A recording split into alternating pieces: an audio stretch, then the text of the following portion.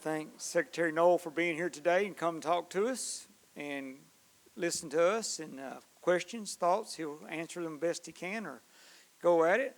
And thank you all for being here. And Miss Amanda Brunt, would you come?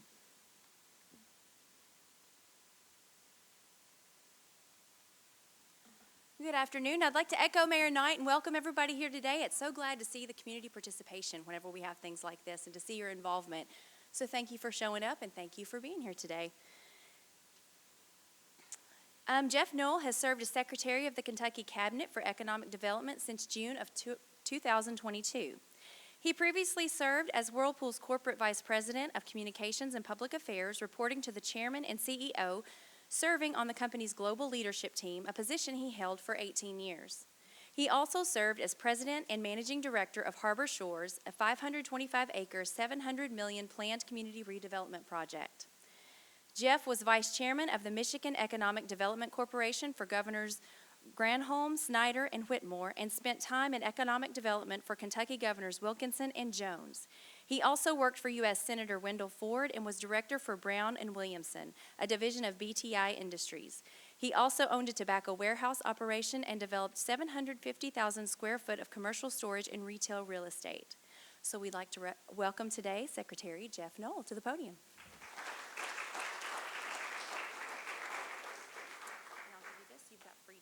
I have freedom. First of all, how many people have heard me speak before? You may be excused. You don't have to put up with listening to me again. Where'd the mayor run off to? There he is. Before I even get started, in the most genuine way possible, when the mayor asked me to come speak, or if Carter asks me to do almost anything, if the judge asks me to do something, I can go on and on. If Elizabeth were here, I just would say, you tell me what to do, and I'll be tickled to death to do it. Look, I have a very, very special place in my heart for Christian County and Hopkinsville. It is, to me, one of the best communities in Kentucky, and it's because of people like you all. And Carter, I think I'd been on the job maybe 5 or 6 weeks or something. I don't know. When we first started courting Ascend Elements, and I came down and had dinner, that's when I really knew this as a very special place. It became even more special when I saw Commerce Park, when I saw the can-do, giddy up and let's go get it done attitude of the community. I mean, when you have that kind of local relationship, that kind of local partnership, and I just would say from all levels, it's been very special to me. So that's the reason why I wanted to be here. And I will tell you that this community puts on the best presentation about workforce. It expands beyond just what's right here. You all really know how to articulate where the folks are, what they're willing to do, and what you need to do to go find them. And that is not empty praise. I'll put Carter on the spot again because he does know me pretty well. I'm also known to have pretty straight talk. Some people have said too much straight talk, and I've been known to go nose to nose. That's just who I am. That is just as transparent as I can be. What you see is what you get. And when I really say this is a special place, I mean it. And if I didn't, I would tell you.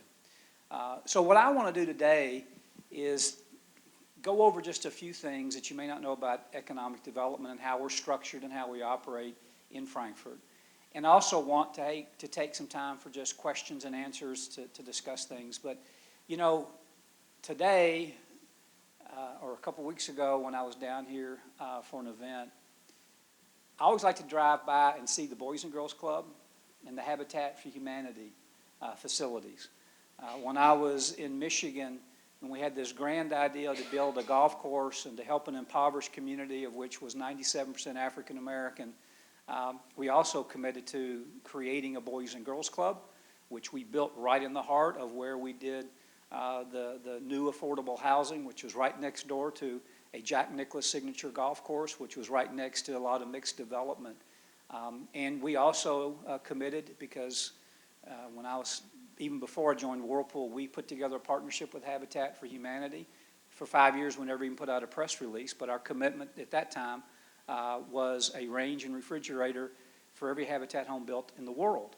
and that also includes some cash support. And it is really close to my heart, because if you don't create an opportunity for someone to have a job, all you're doing is providing shelter, and everyone deserves shelter. But some of you have heard this. But my experience is, if you can help somebody get a job, that house, that shelter becomes a home. And the difference between four walls and a roof versus a home is like night and day. When you've got that job, there's just a sense of security and comfort with all the family members. There's a way in which your children feel that and have a different perspective on what goes on outside those windows. And when someone has a job, even if they're not owning the home, they take a different pride in that home, and that helps make the street better, makes the neighborhoods better. And I just believe that is really the fundamental reason you do economic development. But over the longer term, and I said this morning with the great announcements that Carter has made, yeah, I get excited about that. I get excited about the jobs. That's what y'all pay me to do. But what I really get excited about is when we help bring in cutting-edge companies that are on a whole front end of the change management of a curve of a different type of industry, or we bring an industry leader in, or you bring entrepreneurs like Kitchen Foods in that are really cutting some new business development in this country.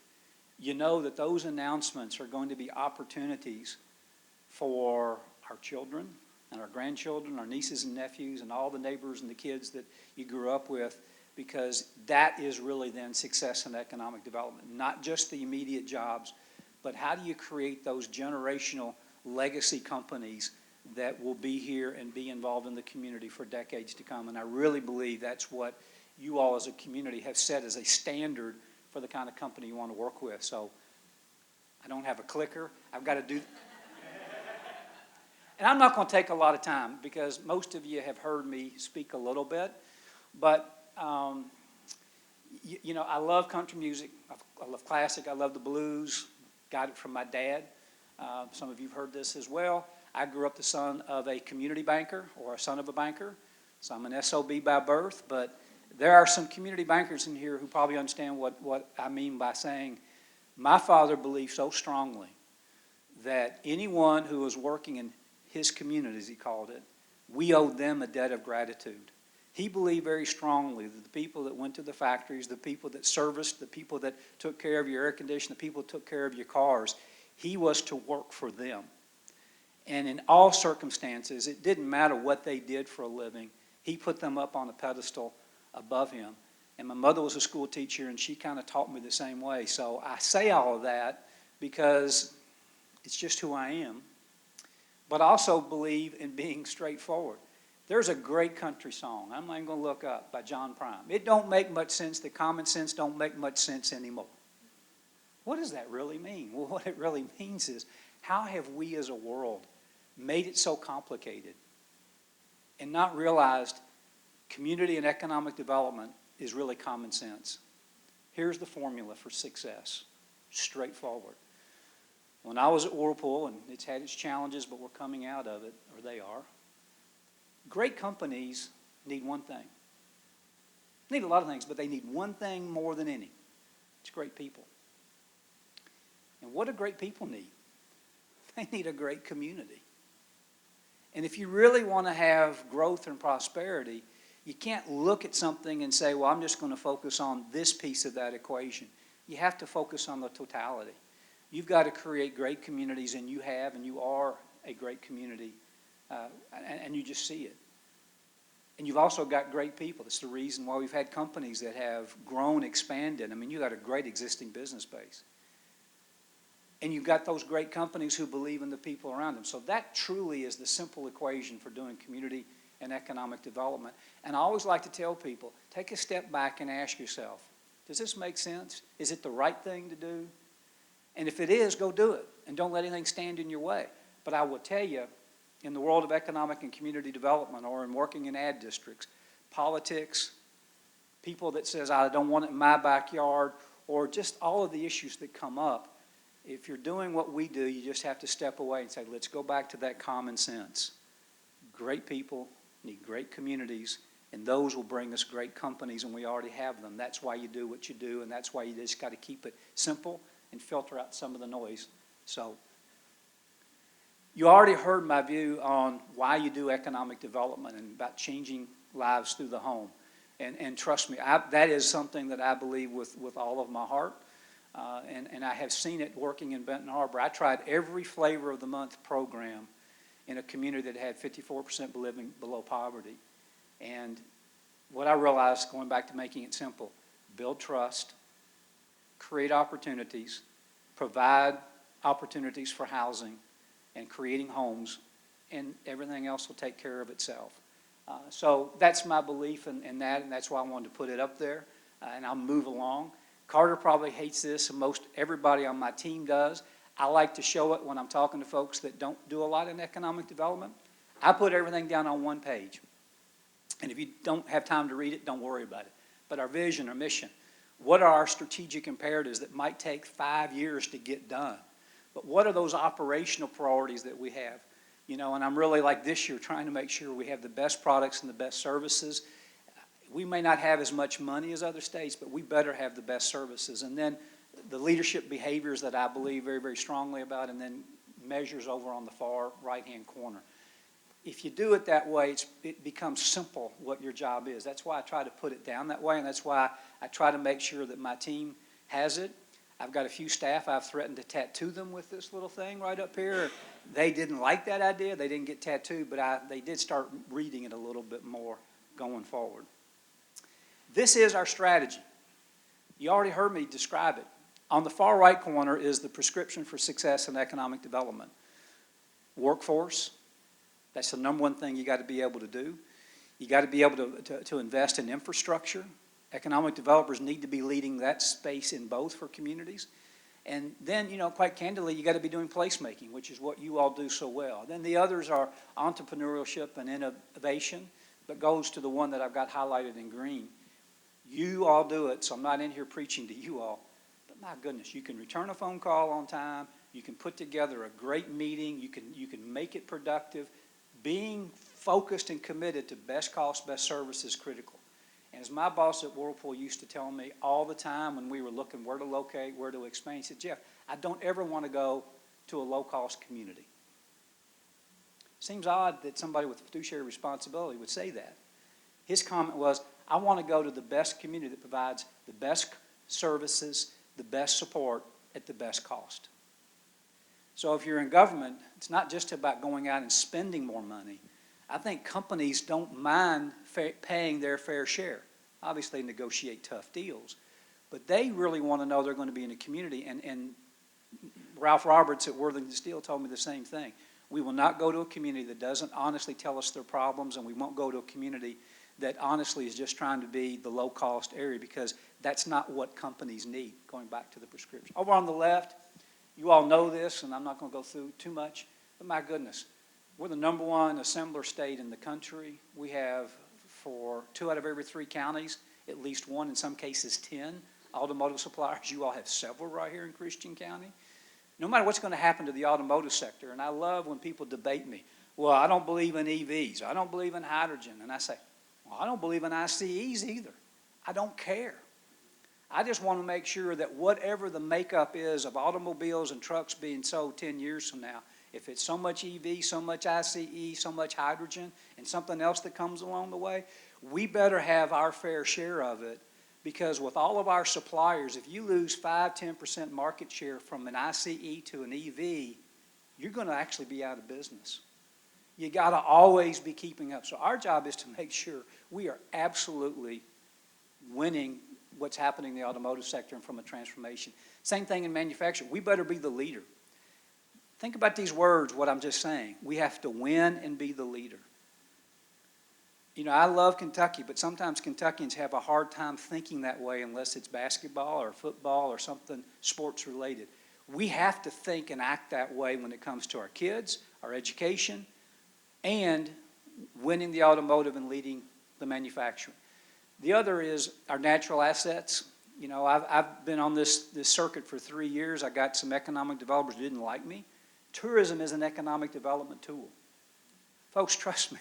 If you've got more activities and more things going and people coming and spending money with tourism, and your restaurants are vibrant, That's how you're going to be able to attract and retain talent. We should be at the top of our lungs congratulating the local tourism board or doing whatever we need to do to say, let's work together. And then, in the other, this investing in high potential opportunities is critically important. And I'm going to move on so that I don't waste all your all's time. He's starting to get the hang of it. If you noticed that, Yeah, we've done great, right? I'm not going to go through it. Best record in Kentucky's history. A lot of great jobs. Actually approaching probably closer to 70,000. The one I'm most proud of is this year we're a little over $30 an hour before benefits. You got to bring in good quality jobs, not just, the kinds of jobs that you just want an announcement. I believe very, very strongly in that. And we've had $39 billion of investment. Great. Let's go to the next slide. I mentioned high growth opportunities. We don't talk about this enough. You're all part of the Bowling Green Hub. We actually have tools. If somebody wants to invest in a high growth business, we can provide tax credits for that investor in that business. We have not been funded very well in recent years, but through the Commonwealth Seed Venture Capital Corporation and Key Horse Capital, we can provide business either at the startup level or the mezzanine level to help companies grow. And we have seen 2,600 jobs created as a result of providing that level of funding and support, either through tax credits or whatnot, and $600 million of outside capital raised. No, will these companies become the Whirlpool of tomorrow? Maybe. But you get enough of those, more likely than not, they're on the cutting edge of some new idea. And you really want to make sure that you're providing them the tools and support to bring them in. In Kentucky, we can't just be focused on going after new industries, new big manufacturers. I really believe you got to do a lot more of the growth in that particular space that's right there. I am going to tell you business is pretty good. We continue to have a lot of folks looking at our area. Well, we're the number 1 or 2 state depending on the measurements in terms of the economic development projects we've announced. And we're getting really good deal flow. But folks, anybody in this community that worries about everything's being done for Commerce Park, let me go have a long talk with you. You would not be you wouldn't have gotten Kitchen Foods. You wouldn't have gotten Sinus. You wouldn't have Ascend. And by the way, Ascend is going to be all right. If you didn't have the product that you had, your community would have been looked over because you just didn't have the tools that it took. Congratulations to all of you all. It takes guts. It takes real perseverance to go out on a limb and make sure that you've got the best products to give your community a chance over the next multiple generations. You've done that and more, and I just want to say congratulations to you. I think there's enough about that in terms of the size. But I did want to just highlight this one because what you see on the right looks more like Commerce Park. What you see on the left, which is, hey, we got industrial land that's code for, they went out and got it designated or zoned industrial, but there's no infrastructure.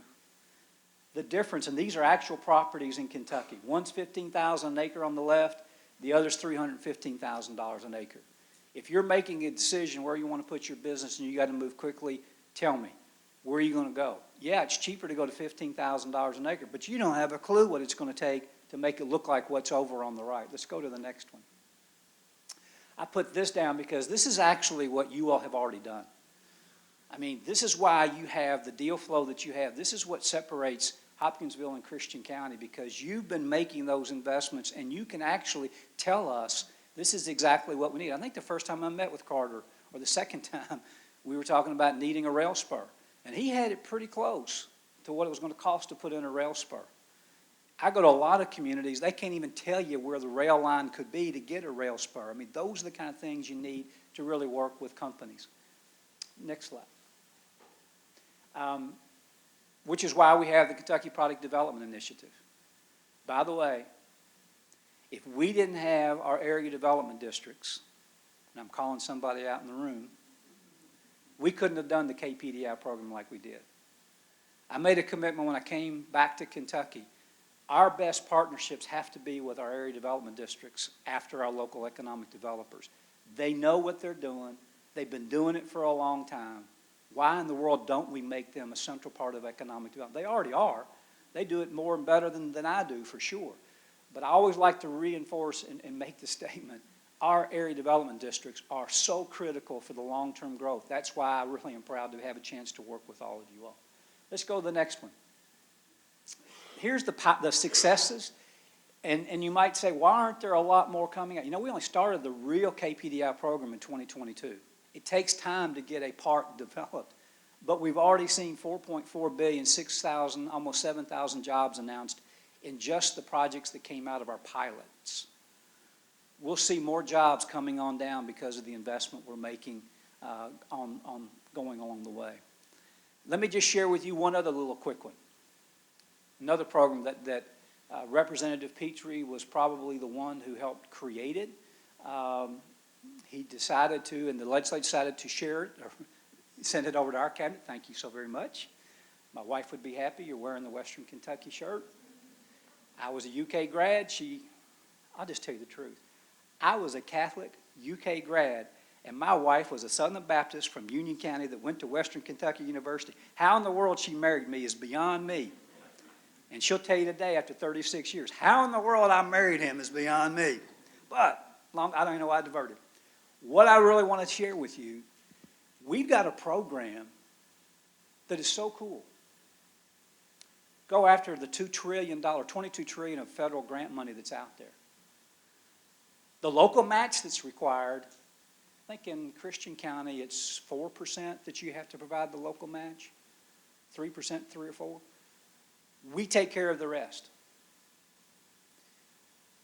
You can see all of the projects, and the numbers in there are the ones that have the number of projects that have been approved.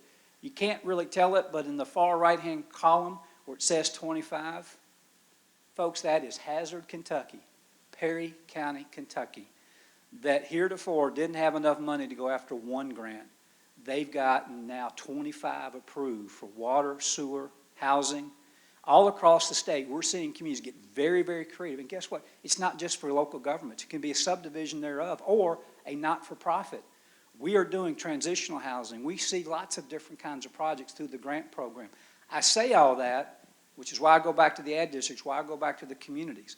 Economic development is successful when you have an announcement. But success begins with placemaking, infrastructure, workforce, and making your community special.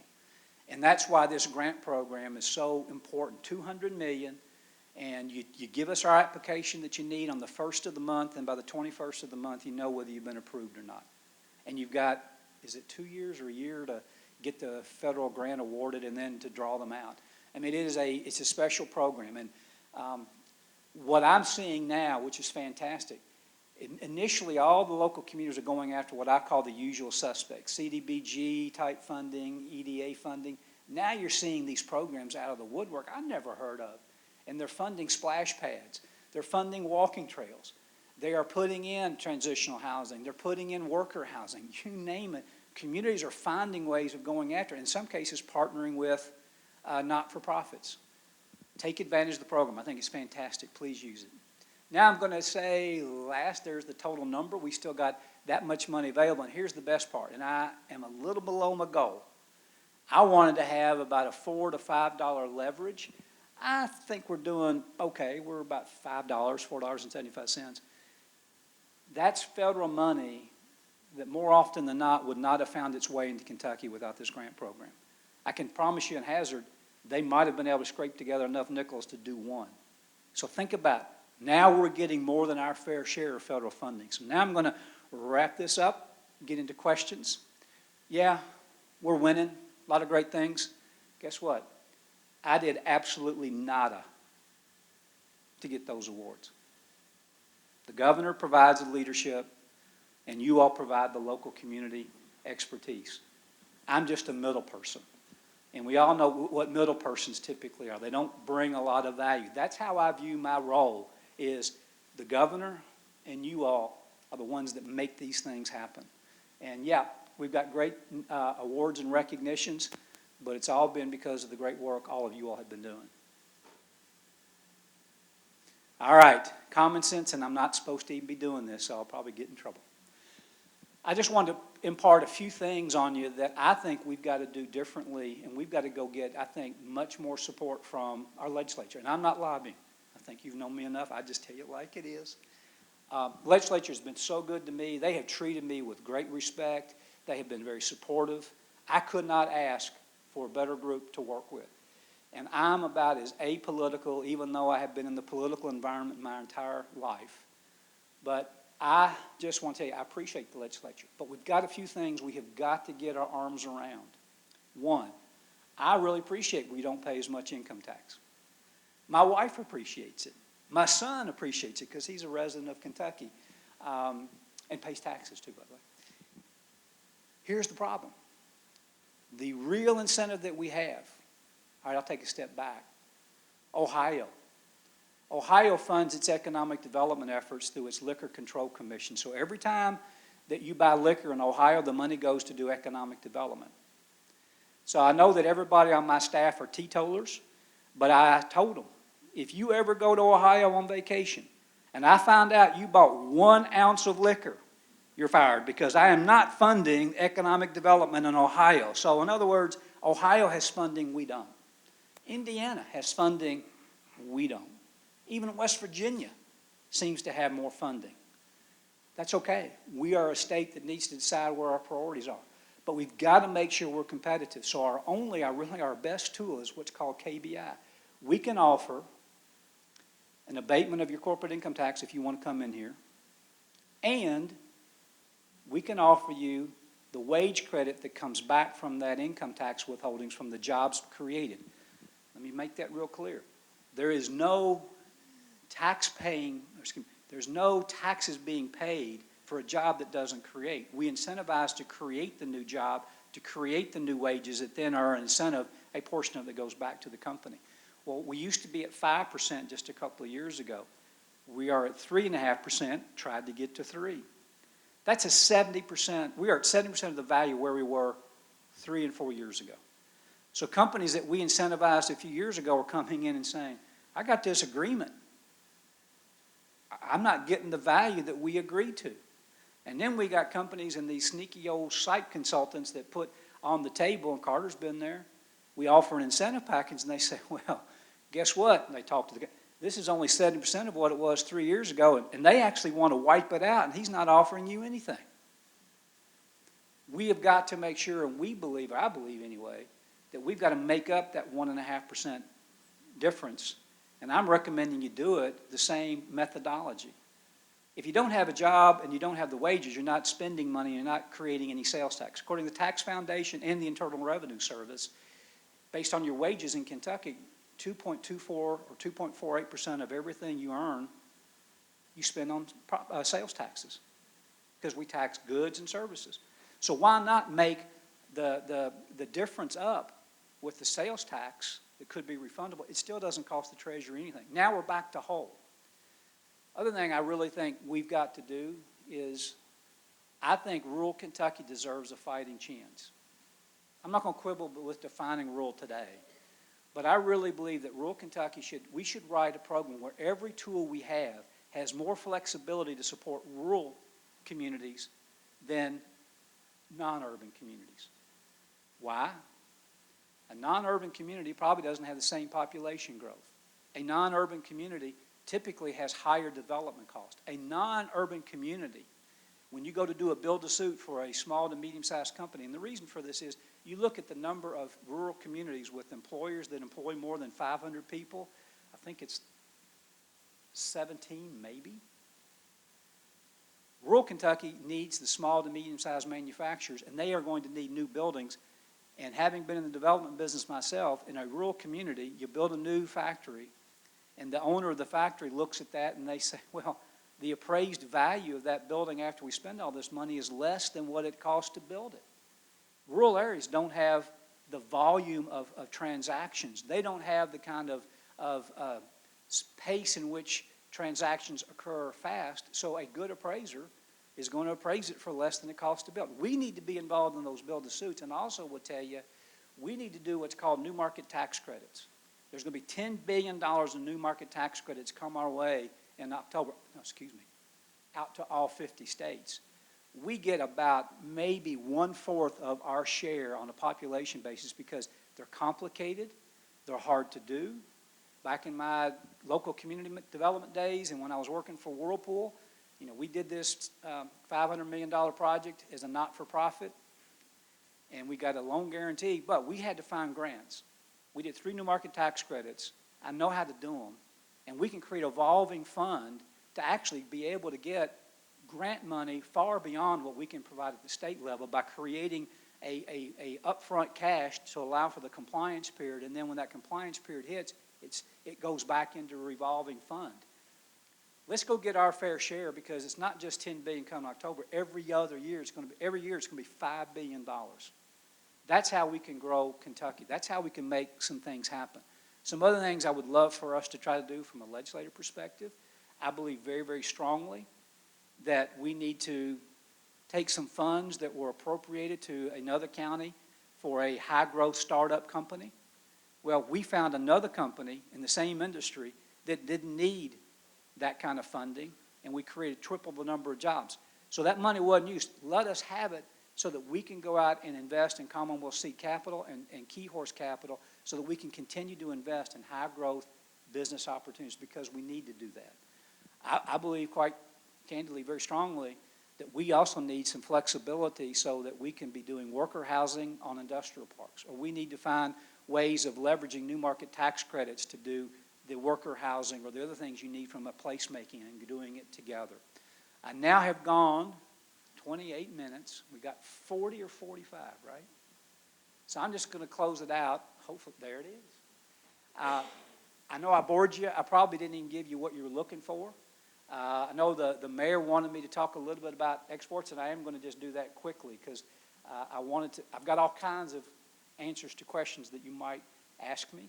But we export $46 billion worth of goods. We import $96 billion worth of goods. Some people may say from an economic perspective, that's scary. Why do we have that big delta? Here's the reason we have the delta. It's really great. It's actually good news. One of our biggest imports is auto parts, pharmaceuticals, and aeronautics. Our biggest exports are the same. Here's the reason why. We are assemblers. We're builders. We create the value. So sometimes you need those inputs to come in. So you're going to have a higher value because a lot of the auto parts that comes in to be part of our auto assembly is part of our aeronautics. It's our #1 export. Comes in. And those finished products then get sold to U.S.-based businesses. So we are actually a creator of net gain, net value for the rest of the country. And a lot of people think it's tobacco or bourbon that's our #1 export. Aeronautics is our #1 export. And as you all also know, because we're close enough to Tennessee, Kentucky actually beats Tennessee in air cargo freight by weight because we've got UPS, DHL, and Amazon.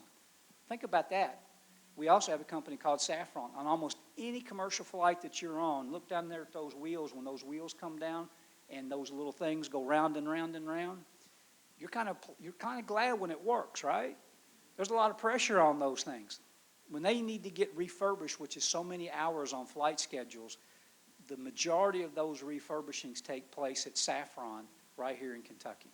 We've got businesses and businesses and businesses like that add to the quality of life that we have. So, I'm done. Sorry for boring you. What kind of questions, complaints, criticisms, or anything I can do to help you today? Or why did you come? Why did you have to give up? You didn't get to come during your lunch hour. So I just appreciate you being here. Any questions? If you do have questions, we have microphones, so just signal us and we'll get them to you so we can get all this recorded and documented.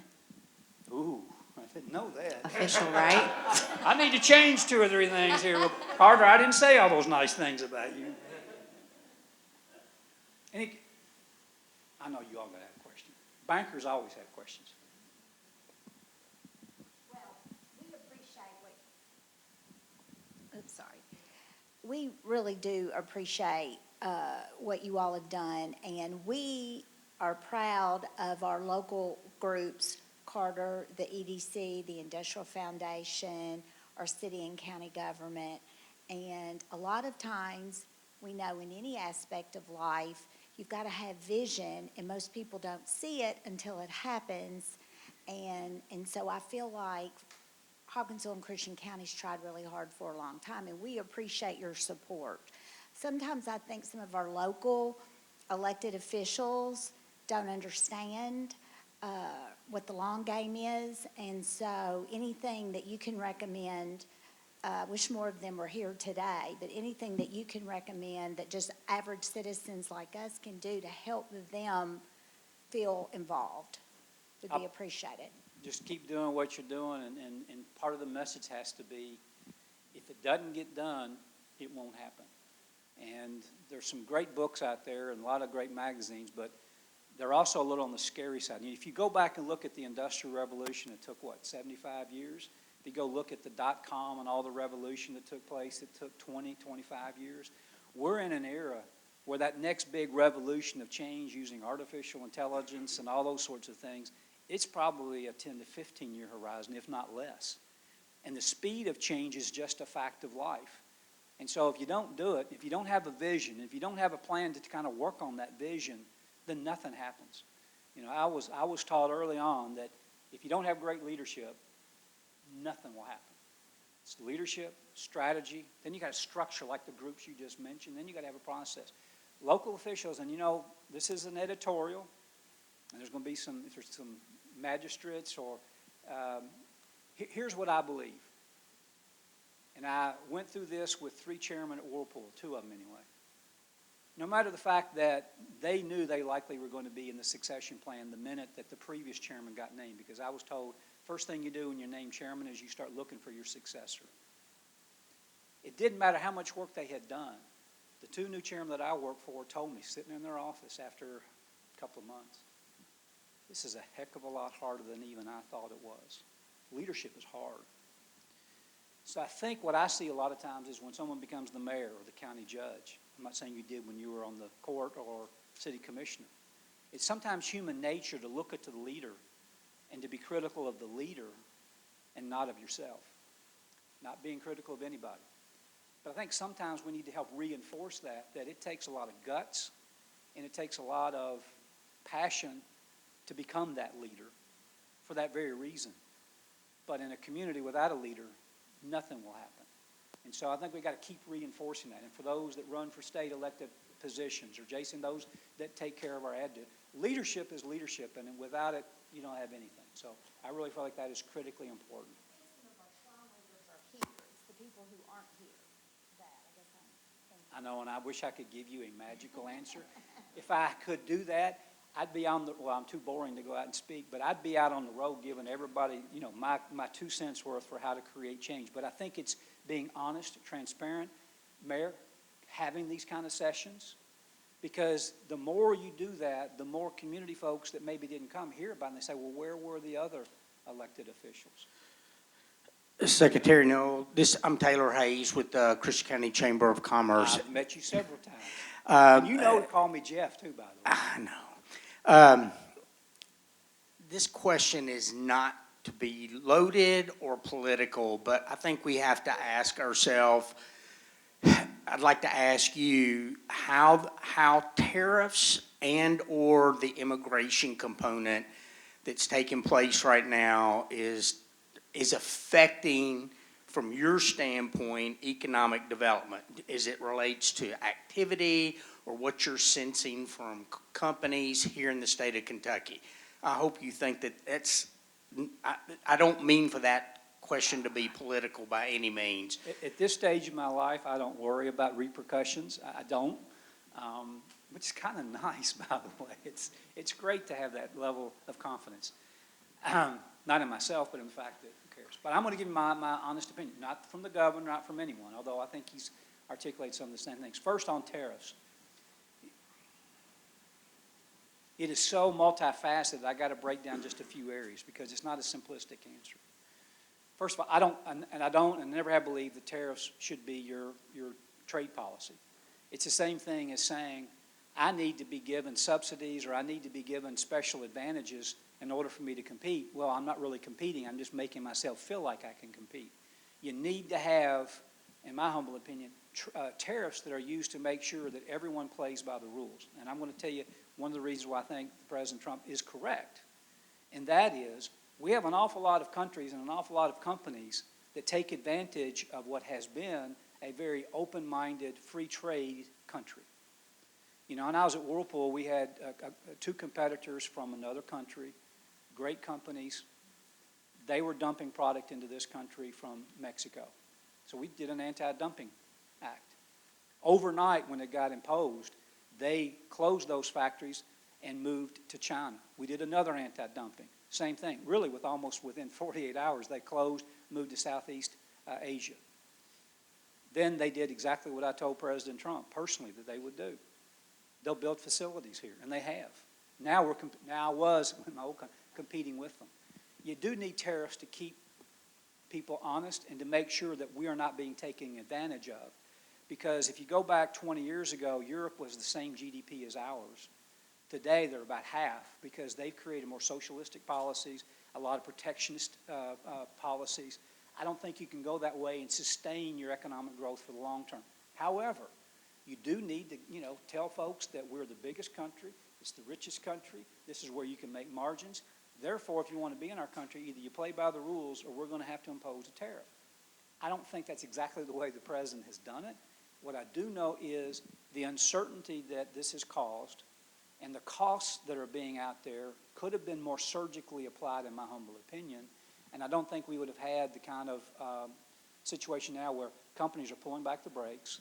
Companies are telling me how much they have spent because of the change in the tariff rules. I mean, one company told me in one day, and it was a small company, it was a $100,000 cost difference for them just because of one day, because then that night he did a 90-day reprieve. Now they're back to $200,000 a day, I think. That's the environment by which we may get some short-term wins, but I don't think we're going to get the long-term.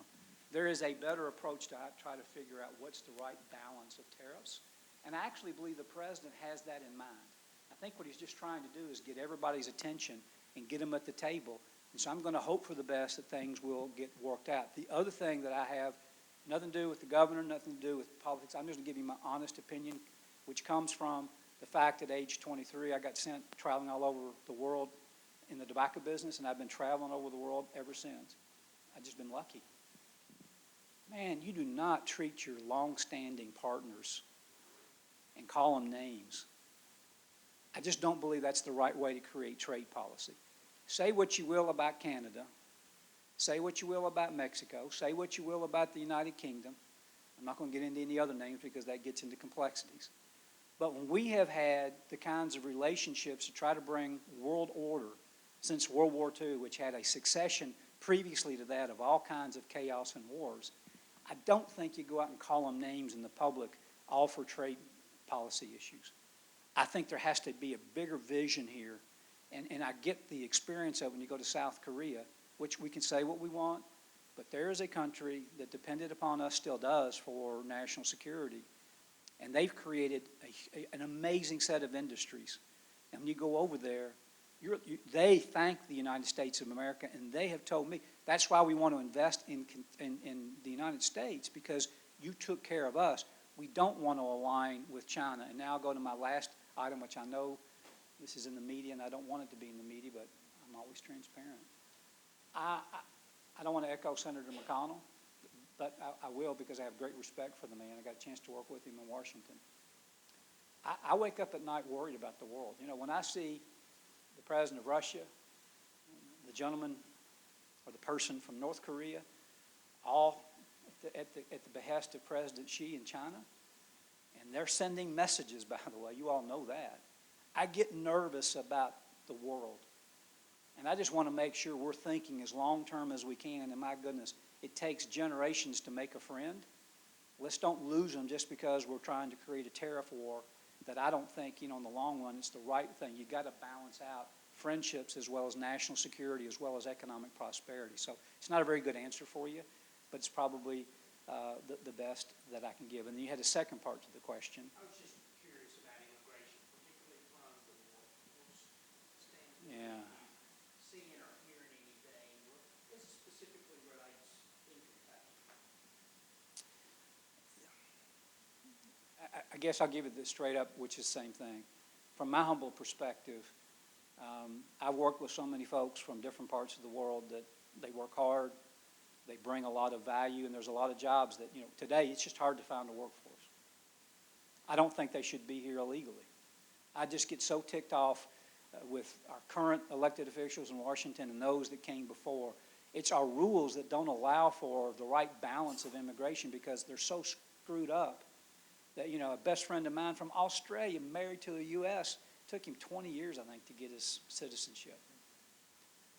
I think first we need to look at the root issue, and that is how do we fix our immigration policies, because there is a certain balance of new, fresh faces coming into our country that made our country that we need to help us grow our country. But I also don't believe we need folks to be able to come in and take advantage of different things or be given better advantages than our own citizens. I do know it's affecting some companies. I do know that there are some companies that will tell you we wouldn't be able to do what we do without at least some mix of individuals that are willing to come in and do the kind of things that you have to do in the workforce today. And that speaks a lot for who they are. But the ones who don't want to work and the ones that don't want to go through the right legal process, I don't think should be here. But it is having an impact on some companies. And let's focus more on the long term. What is it that I read? In 15 years, we'll lose another 1 million people out of the workforce. Is that kind of right? Or maybe it's even less than that. Maybe in 5-7 years. I think we're creating jobs at a faster clip than we have workforce. I want to keep creating jobs. And I know there's going to be some impact with automation and AI, but I think we can continue to create jobs and provide employment for everyone. But if you can't provide that employment for a company to be profitable, they will eventually go somewhere else, regardless of what tariffs are or issues are. We, I think, just got to look more long-term, because the kinds of jobs that you all are creating, they don't make a decision based on a 36-month cycle of what the business is, or even a 48-month. They're making decisions on what they believe is a 15, 20-year cycle. That's what we need to be doing, is thinking more long-term about those. And I think our policies around immigration, and I think the ICE raids and other things is having an effect on companies. I think it's such a ticklish issue, though, that people are concerned about talking about it, because it is complicated, and there's really no right or wrong. There's just what we need to do. And I'll go back to the good old, let's make it simple. Let's start with, let's fix our immigration rules so the people that we want here can get in here and stay here, and then let's make sure we keep taking it from there. Ladies always go first. Yes, no doubt. Here you go. How is your office involved in helping with the housing crisis in Kentucky? We stay in our swim lane. We don't do housing programs and initiatives, even though I've popped off and talked about the fact that I'd like to see, some programming, and that's why I even go back to new market tax. You can do new market tax credits and do housing, or you can do the infrastructure for a housing initiative. I'd like to take a really hard look for every industrial park in the state of Kentucky that hasn't had any real activity in 5 years or longer. Should we be converting it to some kind of worker housing? I made a pitch, and I'm not lobbying, trust me. But I'd love to have a program where we had a little bit of juice or a little bit of cash that we could say, all right, we're going to do a worker housing project, and I'm going to pick on XYZ company that comes to Christian County, goes to Commerce Park, everybody's happy, and we go to them and say, hey, why don't you put up some funding, or you provide your balance sheet and let the community and the state come together and go after some grant funds. Let us do some worker housing together, but you need to be part of it. When I was at Whirlpool, we did a project for an 82-unit multifamily development using the balance sheet of Whirlpool through a not-for-profit with some grants from the state to build it for worker housing. When I was there, we also did a residential subdivision right next to a paper mill and a Worthington Steel facility. And what we did is we spent a bunch of money berming lots of trees, put in a walking trail, and we took what was an industrial park and turned it into residential, for which, think of the 48 units, 11 were tax credit affordable. The others were market rate. And today, some of those houses are in the $600,000-700,000 right next to those affordable. I believe that if you had a company willing to do that, why wouldn't we pool our funding and resources? So in answer to your question, I'm very not making much of an impact. But I think we have to get out of our comfort zone and start looking at those kinds of initiatives, like I believe in doing everything. What's the problem? who's got a stake in this and who has a vested interest in solving the problem, and how do we get those folks at the table? And I believe if we had a model, I don't know of any company that wouldn't sit at the table and say, how can we help because it has an impact on us? Back to, you go to South Korea, you go to some parts of the world, there are areas where the companies actually build on-site housing. And a lot of folks will drive 3-4 hours and spend the week there in that company-provided housing, because in Seoul is a perfect example. They don't have the workforce that they need, so they have found solutions.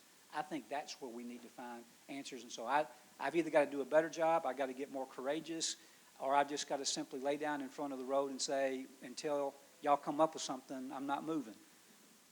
And I know of a road in my hometown that I could do that and nobody would run over me for a long time. So, any other comments?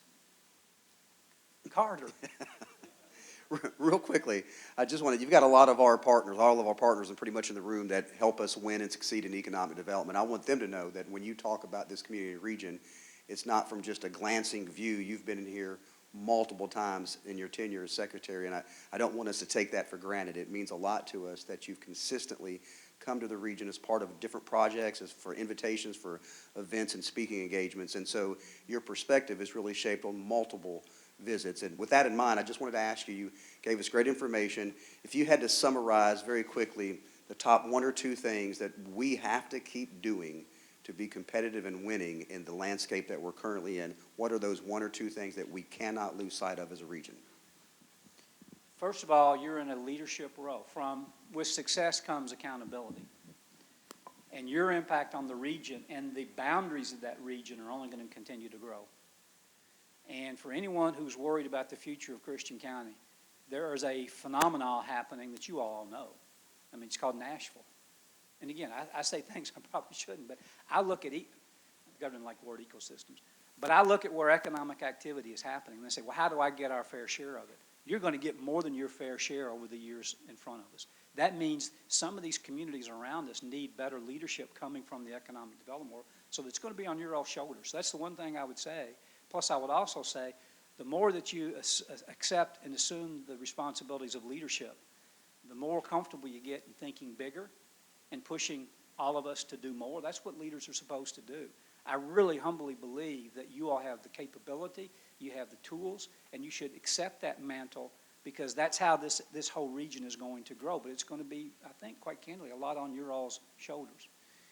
The other thing, and it's the workforce issue. You all have done it already. I mean, your schools came together to create technical training programs together, seamlessly integrated. You go over to Fort Campbell, try to get people to come and move in.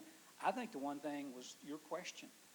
I don't know Christian County well enough today yet, other than my driving around. You probably still have an issue with, do you really have the kind of worker housing or young professional housing that's going to help attract the kind of folks that we need to attract? You need to take a look at that and probably just look at the data, let the data guide you to the other second or third thing you need to be focused on. And you as leaders got to tell those non-participants, hey, go stand in the corner, because we're going to have to get housing done, or we're going to have to get this done or that done, because if we don't get it done, we are not going to get where we need to be, because it is really, truly on your all shoulders for this region to go. And the last thing that I failed to mention that we got to fix from a legislative perspective, I'm now going to bore you, but bear with me, because I think you'll understand where I'm going in a second. Our tax credit program is built such that you get a credit based upon your investment. And then you get the incentives to offset that credit that you spent over a period of time. Our program today doesn't allow for leasing, leasehold improvements, R&D equipment, multiple sequential purchases of software, computer equipment. Where I'm going on this is, we are a capital-intensive incentive. I want to change that, because I think we need to be incentivizing where the biggest percentage of job growth is in this country. That's in the business and professional services, the R&D, the engineering, and we don't have tools that allow us. So if I want to go into a leased building or leasehold improved building, and I'm going to set up an R&D, I don't get much incentive how we're structured. I say all that because I also believe, and this is truly a benefit, I believe with where things are going in Nashville, I believe with where things are going from a societal perspective, that younger people want to live in a better way of living in a better location. And I really believe that companies are looking for the same thing. And I really believe that this region can bring in even more high-tech kinds of companies in addition to the manufacturers. Because let's face it, and this is what we faced in where I lived in Michigan. We had all of our young people, I can't come to work for Whirlpool, there's nothing to do. And finally we started doing some things where it became nice, and we did this worker housing for them. And then they started coming to me and saying, you know, we don't need to have that nightlife. There's enough of it here during the week. We all maybe drive over to Chicago or up to Grand Rapids. How long is it to get to Nashville? If we all as a region don't step up and say, this is a sweet spot for where someone who is my son's age can probably afford a house, probably find a great job, probably find friends immediately, and have the kind of quality of life that is a little different than what he's used to, and the kinds of companies that need that kind of talent. You got all that stuff right here. So that's a little bit of a preachy way of saying we need to think as big as we need to think, because the opportunity is coming and will continue to be out there for you all to take advantage of it. We just need to make sure we got the tools and the right elements from a community perspective to do that. I am about 30 minutes past wearing out my welcome. Well, I was going to say we probably have time for one or two more questions, just to be respectful of everyone's time. I know it's during your professional workday, so. Everybody was ready to get up and walk out 30 minutes ago. Now I got We one more had, question. we had one question right here. I'll ask a tough question. So I knew you would. yeah, you hit on it with the discussion of high tech. You talked about AI. So from a macro level, we hear about electricity. And then on a micro level, in my kind of distant involvement with economic development, everybody needs a lot of electricity. Alan talks about it all the time at Penarel. I've never heard him say that. Yeah. You know, traditionally, it's odd, the generation of all utilities, even natural gas, you know, you'll see communities or states involved in that. But in the generation of electricity itself, it's always been kind of the opposite, with the exception of TVA. With electricity being so valuable now, and it's kind of happened like that, do you see states or governments getting involved in the generation of it because it's going to be so important on a ton of levels? So the bank gunny opening that I might, I think I could be a bank teller again. My dad taught me how to do that. I'm going to ask the question straight up. If you really run the demand, look where we are. Our state used to be affordability, availability, and reliability. I worry about, candidly, any one of those three in our future. The grid is what it is. The demand is what it is, and it's growing. And I think the Public Service Commission is great, but I don't think that we have the dynamics as a state to really figure out how to get out front of where things are. And the minute we lose our availability, affordability, and reliability from a utility perspective, we lose our real competitive advantage, and it scares the you-know-what out of me. So I don't have an answer for you, but I believe we have to start getting involved. And I have spouted off and gotten in trouble a little bit with data processing centers, which can consume huge amounts of electricity. I have written, I have given speeches, and I have been called on the carpet by some folks. Data processing center is not an economic development project. These data processing centers can come in and use so much electricity that they could suck out enough of the value that you don't have enough room to grow or bring in another industry. They can use enough water, depending on what coolant process they go through, to cause you some real issues. And depending upon the capital stack of the lease agreement, if you do a deal with a developer and they bring and they do the sub-deal with the company, and you don't structure that deal right, well, all the investment that has to be made could come falling back on the community. And we already are seeing that some companies are saying, well, let's put, plans together to invest in new power generation that the residents have to pay for, but it's really going to be for the data processing centers. Now, let me flip that all back. If we could get more involved and proactive, I think we can turn data processing centers into economic development projects. If we could really work with the utilities and get the flexibility of knowing how to generate the power and make sure the capital stack and the guarantees are done right, you could actually take that horrendous amount of tax flow that's going to come in from property taxes and whatnot, direct it and channel it to buying up more industrial land to be able to have further usage. providing some kind of a TIF so that maybe there's a daycare solution that takes care of all the existing companies. I think we have to think beyond just what's happening with data processing centers to figure out how they can become an asset. And I think we have to also ask ourselves, where's all this power going to come from, and how are we going to get it to make sure we are affordable, reliable, and has it as an availability? And Alan, am I wrong? If we don't have it, we're dead in the water when it comes to economic development projects and new companies. So it is something that scares me. I don't like government being involved in things very often. I do believe that we should be engaged to put the bumper guards and to put the guidelines and in some cases incentives to help direct. And I think that day is fast coming. And then I'll come back to one other little quick comment that's probably going to stir up a few things. I lived in Benton Harbor, St. Joe, Michigan for 28 and a half years. 8 miles from my house on one side of the lake, I lived on the lake, was a nuclear power generation facility. If you go upstream, I think it was 14 miles, there was another. So I lived between 2 nuclear power generation facilities for 28 and a half years. Never slept better in my life. Trusted exactly what they were doing. Loved the economic vitality it took. And I'm not espousing nuclear, but I believe our portfolio approach, coal, natural gas, wind, air, needs to include nuclear as we think long term, because that price gap between nuclear and other power generation is over time going to narrow. And that goes back to some of these data processing centers. You get 1 or 2, then maybe you can start to look long term at nuclear to offset some of that cost. So let me shake it up this way.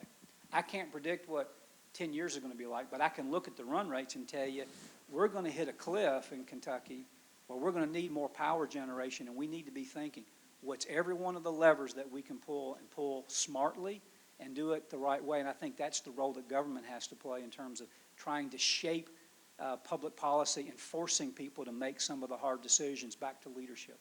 And a lot of people would rather kick the can down the road. We can ill afford to kick the can down the road relative to power generation in the state of Kentucky. Long answer, and it was a speech, and I apologize. Hey, folks. Oh, yes, ma'am. Hi, good afternoon, Secretary. I just have one question for you. Can you talk to developing a trained and skilled workforce in a community to positively impact and support economic development? And I should also, just to give you, so you can answer the question correctly, I'm from the local community college, so if you could promote that, that would be great. I'd get in trouble. I'd come over and hug you and I really would. You all do a great job. You all do a great job. It is the single hardest thing to try to figure this thing out. I got some ideas. One, I know everybody's got to go, so I'm going to make this one real quick.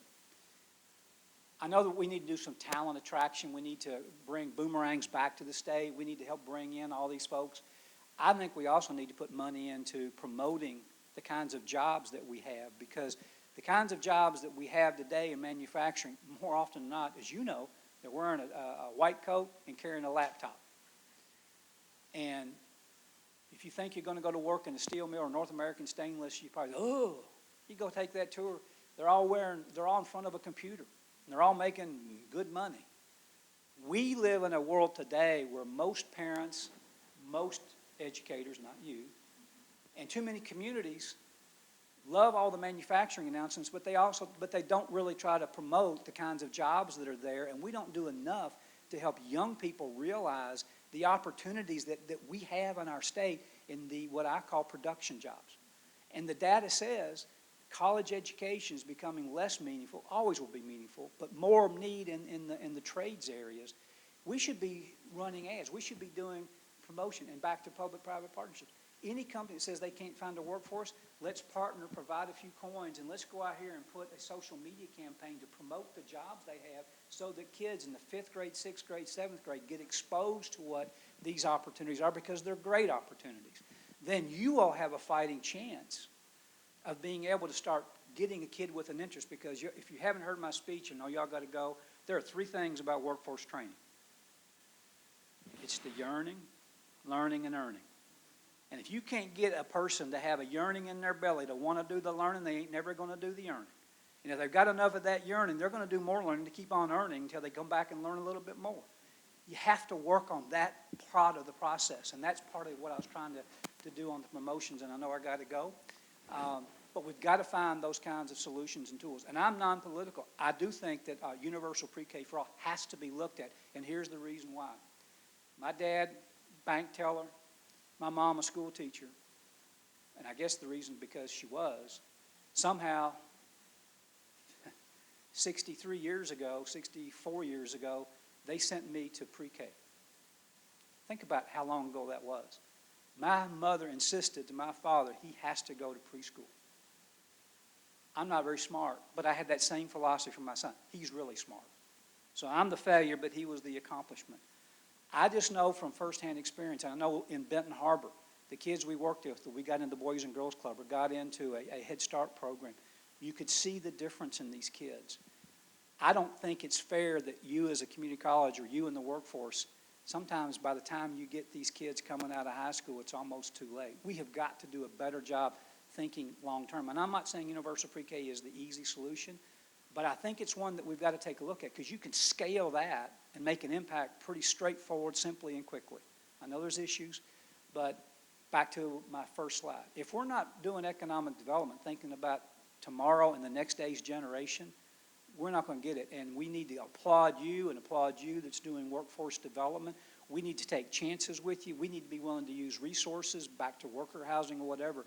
The need is too great, and the opportunity is too huge, and we get it going right, and you all do it better than most. That's why you're going to have more and more companies come if we can get the workforce issue figured out. Not a very good answer. I apologize. I'm going to break this off because there's a police officer who's told me I have to quit. Folks, I bored you all. I know this wasn't probably what y'all wanted to hear. I just got to close with how I started. On the way out, just thank your neighbor. Pat yourself on the back. Community opportunity begins with community leaders, and everyone in this room is a community leader. Never, ever forget that. Never, ever forget that you are the ones that make a difference, and that's the reason I'm always willing to come here as often as I can. I'll go anywhere in the state. I love Kentucky, but you all really do hold a very special place in my heart. So thank you for letting me be here and boring you all today, and have a better rest of your afternoon. Thank you. Thank you, sir. We appreciate you coming and talking to us today. We really do, and taking out of your busy schedule. We really appreciate that. It's my pleasure. Thank you, sir. Thank everyone for coming. Anything you need, just let us know. We'll be glad to help with you, and we'll reach out to Secretary Noel if you need us. Thank y'all.